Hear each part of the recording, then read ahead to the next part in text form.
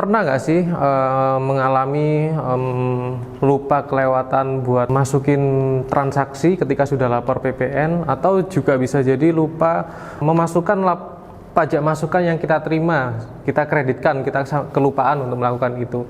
Nah, jika mengalami masalah tersebut, simak video ini.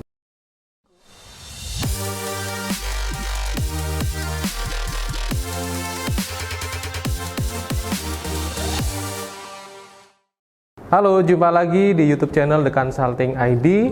Nah, bagi teman-teman yang masih belum subscribe YouTube channel ini, silahkan di subscribe terlebih dahulu dan kemudian nyalakan lonceng notifikasinya. Apabila nanti di tengah-tengah video keingat sesuatu ataupun mau bertanya ataupun juga bisa bertanya tentang terkait video yang saat ini dilihat, silakan isi di kolom komentar pertanyaan apapun.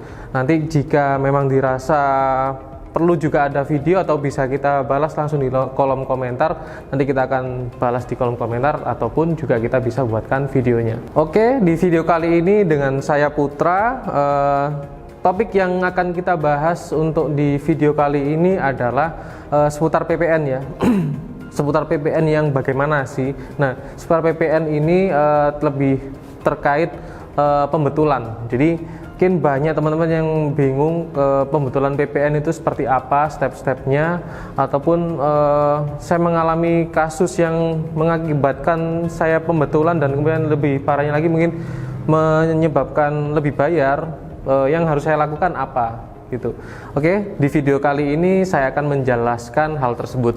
Nah, sebelum kita melangkah untuk proses-proses step-stepnya dalam proses melakukan pembetulan untuk SPT PPN yang lebih bayar, sebenarnya kita harus tahu dulu terlebih dahulu penyebab-penyebabnya. Kenapa sih kita itu bisa sampai melakukan pembetulan SPT PPN? Terlebih lagi bukan kurang bayar, mungkin kalau kurang bayar bisa lah ya, kita bayar sisanya, tapi kalau menyebabkan ini lebih bayar itu bagaimana sih caranya? Nah, sebelum ke arah pembetulan ini, kita ketahui dulu bagaimana sih konsep perhitungan dari PPN ini. Nah, PPN di sini adalah membandingkan antara pajak masukan dengan pajak keluaran. Nah, di sini kita lihat nanti selisihnya bagaimana. Nah, yang menjadi tanggung jawab dari seorang wajib pajak yang PKP ya tentunya, yang harus membayarkan PPN-nya adalah kondisi di mana pajak keluaran itu lebih besar daripada pajak masukan. Contoh misal kita dapat transaksi atas pembelian kita itu hanya 1.000 PPN masukannya, tapi kita ngejual tentunya pasti lebih dong. Berarti bisa jadi kita jual itu 1.500. Berarti di situ ada gap 500 rupiah. Nah, itulah 500 yang wajib kita bayarkan, bukan kita bayarkan 1.500. Itu dulu yang pertama. Dan yang kedua yang menyebabkan, tadi yang pertama menyebabkan kita kurang bayar. Nah, sekarang yang menyebabkan lebih bayar adalah kondisi ketika pajak masukan ini ternyata lebih besar daripada pajak keluaran. Contoh misal, kita pada saat bulan Februari kita beli barang itu sebanyak 2.000 PPN masukannya. Kita dapat 2.000 PPN masukannya. Ternyata di bulan Februari tersebut kita hanya bisa menjual lebih sedikit, ataupun penjualan kita lagi turun.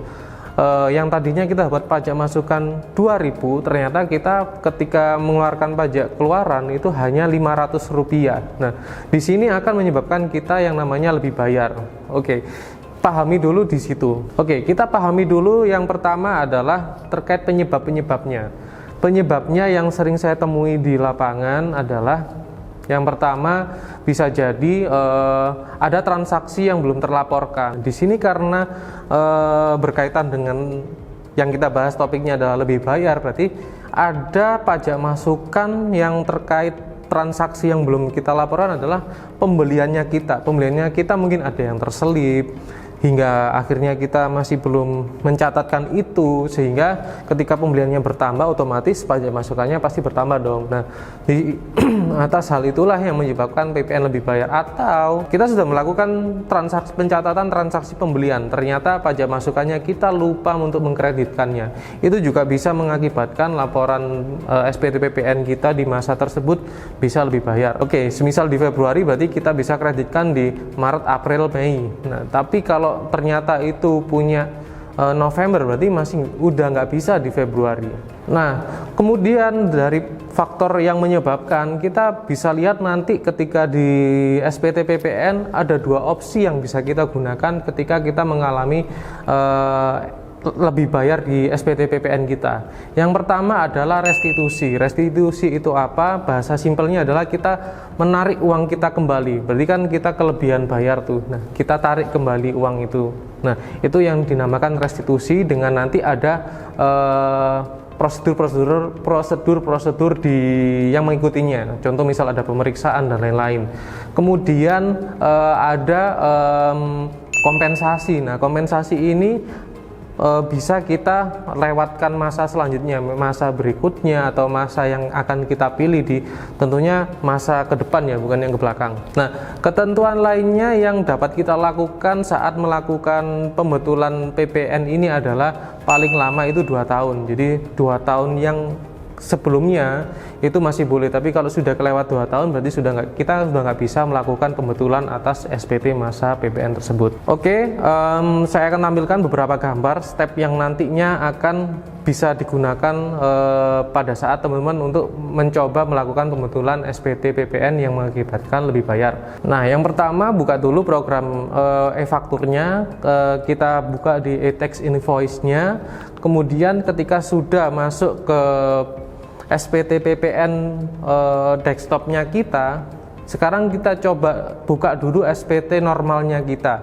SPT normalnya kita, katakanlah kita mau pembetulan di bulan Mei, bulan 5 2020. Kita buka dulu lapor SPT PPN bulan Mei 2020. Oke, setelah kita buka SPT PPN masa 5 tahun 2020, kita lihat lampiran B2-nya ada 100.000 untuk pajak masukan. Kemudian kita juga cek lampiran A2-nya, pajak keluarannya ada berapa? Ada Rp226.000 di sini. Kemudian kita cek di lampiran AB, kita lihat detail di bagian 1, bagian 2, apakah sesuai dengan rekap A2 dan B2-nya. Kemudian di bagian 3 kita lihat berapa sih pajak masukan yang bisa kita kreditkan. Oke, kita buka selanjutnya di induk ya. Di induk untuk di bagian 1 menjelaskan tentang barang jasa apa yang kita jual. Kemudian di lampiran 2, bagian 2 ada perhitungannya. Di situ nanti akan kelihatan nilai mana yang akan menjadi kurang bayarnya kita. Oke, di bagian 2 bisa kita lihat di bagian 2A itu menyebutkan ataupun muncul nilai pajak keluarannya kita. Kemudian di bagian 2C adalah pajak masukan yang bisa kita kreditkan, dan bagian D adalah bagian di mana pajak kita kurang atau lebih bayar. Di sini kondisinya di bulan 5 20 kondisi normal kita memiliki kurang bayar. Nah, di bagian paling bawah bagian G kita mengisikan NTPN berupa SSP. Di bagian 3, 4, 5, 6 normal kita isikan, lalu kemudian kita simpan. Itu untuk pengisian yang pertama, yang normal. Nah, bagaimana ketika kita melakukan pembetulan? Tiba-tiba kita contoh sekarang mendapatkan faktur pajak masukan yang ternyata belum kita kreditkan.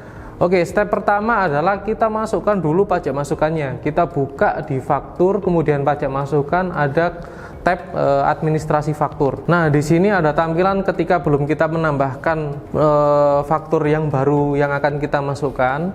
Kemudian di sini kita klik di rekam faktur, kemudian kita isikan dokumen-dokumen yang sesuai dengan faktur masukan yang kita terima. Kemudian setelah itu terisi penuh dan lengkap, kita jalankan, kita upload untuk faktur pajak masukan yang baru ini.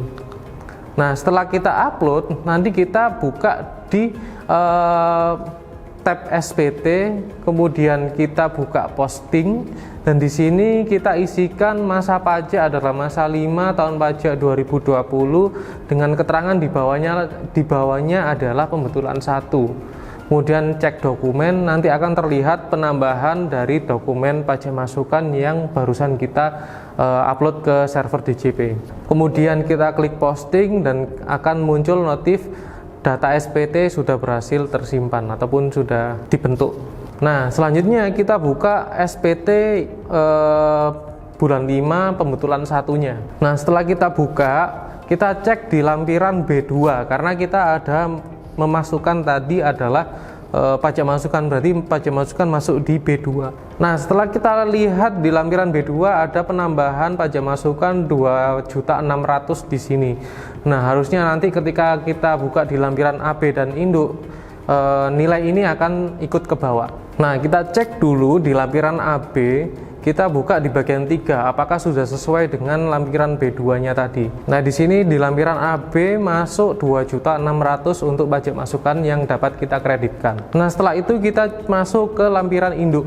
Di bagian induk nanti di bagian 2 akan berubah. Nah, berubahnya di mana? Berubahnya adalah di bagian 2A, nilainya masih tetap 226.000. Kemudian di sini yang berubah adalah di bagian C, karena tadi kita bisa mengkreditkan 2.600.000, maka di bagian C ini nanti akan nilainya berubah menjadi 2.600.000. Sehingga ketika perhitungan normal dari A, B, C, dan D akan terlihat nilai lebih bayarnya. Nah, nilai di bagian kolom E adalah nilai yang sudah kita bayarkan di SPT PPN normal senilai 126.000. Sehingga nilai PPN lebih bayar kita atas pembetulan 1 di masa Mei ini senilai 2.500.000 senilai dengan penambahan pajak masukan yang tadi yang kita pada saat mengisi administrasi faktur. Di situ ada kita memasukkan tadi nilai SPT, nilai faktur pajak masukan senilai 2.500.000. Nah, yang beda juga selanjutnya adalah di bagian